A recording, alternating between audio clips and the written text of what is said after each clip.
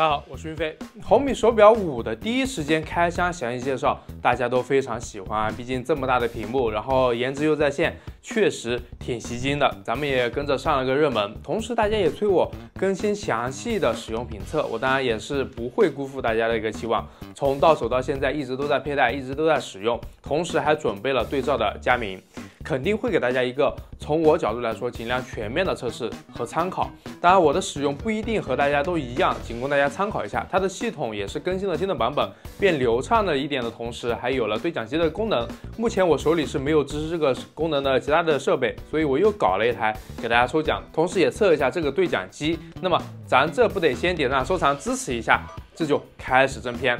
首先还是要进入夸夸的环节，就是它的大屏加质感，就确实是目前来说小米最好看的一个红米手表，这个味道确实就很好啊。然后米系的第三方生态也是很给力，这也没几天，在表盘自定义工具里面就有了很多高质量的第三方表盘，像什么小米速七 Ultra 的动态，像什么陀飞轮，然后就是苹果用户看了都迷糊的寻路者表盘，这小表盘一上，小质感一上来，这不就妥妥的国味十足。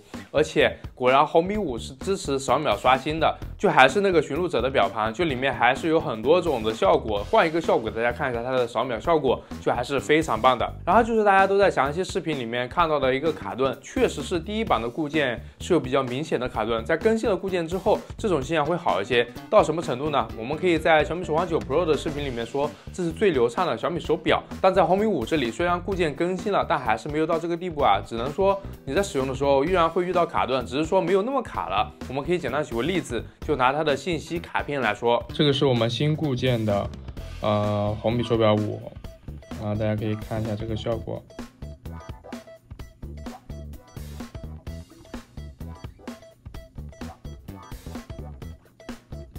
就很丝滑啊，相对来说啊。然后这是老版本的，还没升级。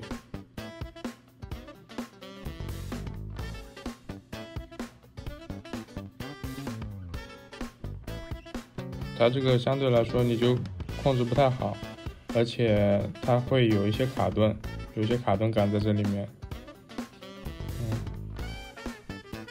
新版本是优化了这些感觉。当然，这么大的一个屏幕，我倒也能理解，毕竟更新不太可能一次性把东西都给足了，不然下一代还剩一啥？据说 eSIM 版本会流畅很多，这个大家有的可以在弹幕里面去说一下，看看是不是真的如此。怎么样？红米新发布的红米 Watch 5还不错吧？如果觉得性价比还不到位，那就来拼多多百亿补贴看看。打开拼多多搜索88400，点击图片或者点击评论区链接4大活动会场。12月12大促，手机数码、暖冬家电等全品类爆款直降，点选价更低。目前拼多多百亿补贴小米 Watch S4 Sport 的售价只要1529，比官网价1899补贴了370元。除此之外，百亿补贴手机和平板也有很高的优惠。小米4百亿补贴上售价只要3189，比小米官网售价3999优惠了810元。红米 Top 3补贴价只要1409，相较于红米官网价1699，打了83折。红米新款 Pad Pro 8+256补贴价也只要1568，在红米官方售价1799上还做了231元的补贴。当然也不能忘了我们的保留节目最新款的 iPhone 16，拼多多百亿补贴为大家补贴了900，目前只要5099，是不是还挺香的？想要换设备的朋友不妨按拼多多百亿补贴比比价。作为百亿补贴商品，承诺假一赔10，且有正品险的双重保障。那么以上就是它感知最明显的部分，就显示效果来说是真的很不错，然后息屏效果也可以。红米手表相较于小米手环，它一个巨大的不同就是红米的手表可以接听电话，这个功能对于部分用户来说是非常必要的。就比如我在这几天时间里面也有开车的时候刚好聊了电话，然后直接使用手表接听，就确实还挺香的，手不必去拿手机，就是一个很不错的点。但是它的扬声器我觉得还是不要开最大声音，就是声音一大会有比较刺的那个感觉。听你的，现在就测试它的声音情况吧。不仅是接打电话会有这样的感觉，手表的小爱在回答的时候也同样会有如此的场景。关闭所有的灯。但一听到这个刺刺的声音就会很出戏啊，毕竟它长得是很好看，为啥声音就那么拉垮呢？就好像梅花13的脸上贴上了鸡大宝的声音。你记你没你。就有点割裂啊。这一块你要调小一点的声音，要么就是还是下一代升级一下喇叭吧。不过在播放歌曲的时候，声音就还是能听的。然后就是它的震动，红米手表5的感觉还是比较一般的，相较于手环9 Pro 的震感就平常一点，但也是足够我们使用。在检测方面，我们和佳明的来对比一下，这个大家就直接看一下效果就行了。首先我们在睡眠这一块，我们可以注意一下他们的入睡时间。入睡时间他们都是在11点40左右，这个其实是挺不错的。然后醒来的时间一个是7点46，一个是7点30。按道理来说应该就是7点30，因为那个时候定了一个闹钟嘛，闹钟起来了。这个其实可能红米手表5它可能有一点滞后。然后这个深睡、浅睡、快速眼动之类的，这个就看大家不同的厂家不同的一个调教。然后我们可以注意一下睡眠的一个平均的心率，然后还有血氧，然后还有一个呼吸的频率，其实它们是有一些差别的。然后这个大家看你自己相信哪一个吧，或者说他们两个其实都只是一个参考的作用。而讲到检测，运动检测我们也有必要来说一下。检测识别还可以，在检测到之后，它会提醒我们手动确认之后，它会把开始也给算进来，就是一开始的数据有点不太准。现在是红米识别到了这个骑行，现在在骑电动车啊。但是现在它这个刚才大家看到了没？刚才那个心率170的心率很夸张的，不知道为什么。当然我们现在正常的心率是90多，佳明呢是90多啊。大家可以看到92，然后我们看一下这个82，还是有一点小问题的。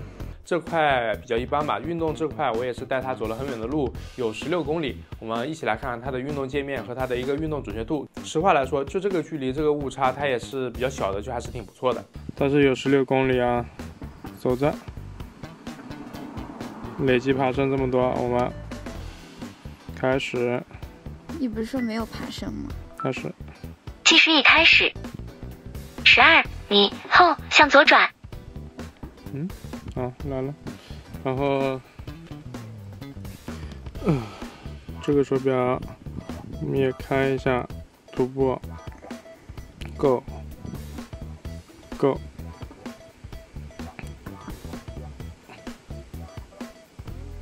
好，可以了。不甜，色的。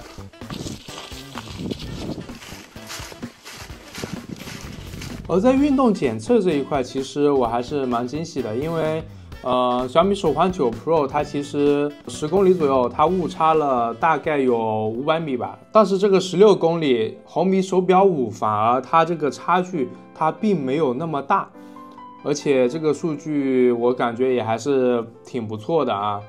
比如说平均的心率呀，然后总卡路里呀。这一块大家应该公认是佳明比较强，然后这个数据这么接近佳明的话，其实还是挺不错的，所以我说这一块的惊喜其实还是挺大的。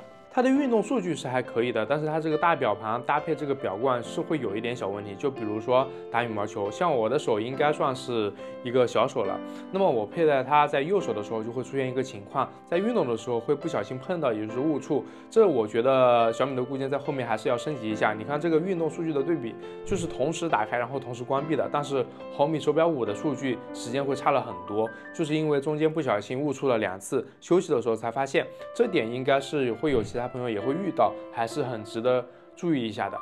然后就是跑步这一块基础的检测我就不多说了，有耳机和 GPS 就意味着我们可以直接使用手表加耳机直接跑步，就不需要带着手机了，这也是部分跑者需要用到的一个功能，这就挺好的。再往下就是一个通知功能，我这个几天里面体验到的不多，就一般吧，这个大家也可以来说说你们的实际感受，这个应该是大家都可以体验到的。然后就是这个新功能对讲机，为了体验一下这个，咱们就有了2个红米5，它是一个基于网络对讲的一个功能。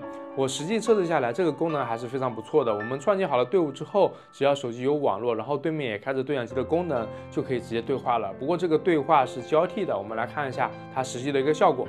好，我们现在来看一下它的这个对讲机的功能。这是我搞了2个手表啊，然后那边也在录，然后我们可以来看一下，它就是在这里。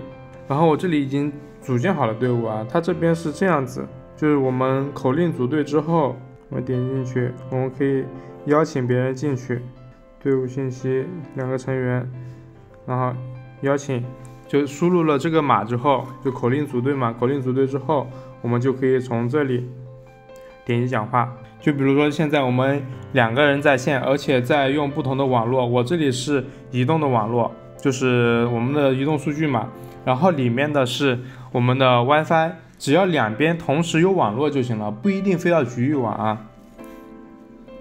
那比如说现在我开始录音之后，那边就会同步出现我的声音，也就是大家所谓的这个对讲机的一个功能啊。然后我们可以最多30秒，超时它自动就会结束这个收音。这个时候对面是不能说话的，对面是只能听到我们说话，然后我们结束，听一下小伙伴给我们来说一句话啊。